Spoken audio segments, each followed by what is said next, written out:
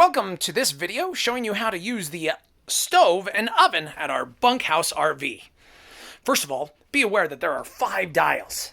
This dial here is the lighter dial, and it'll light the stove and oven.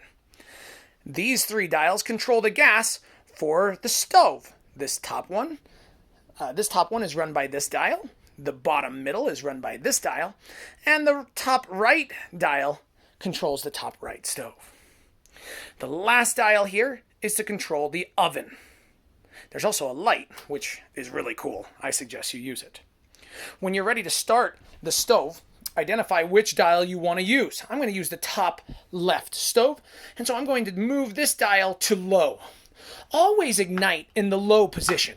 I turn it to low, and then I turn this dial to light the stove. And you'll see it's lighted, and then you'll be able to adjust the amount of heat that you have.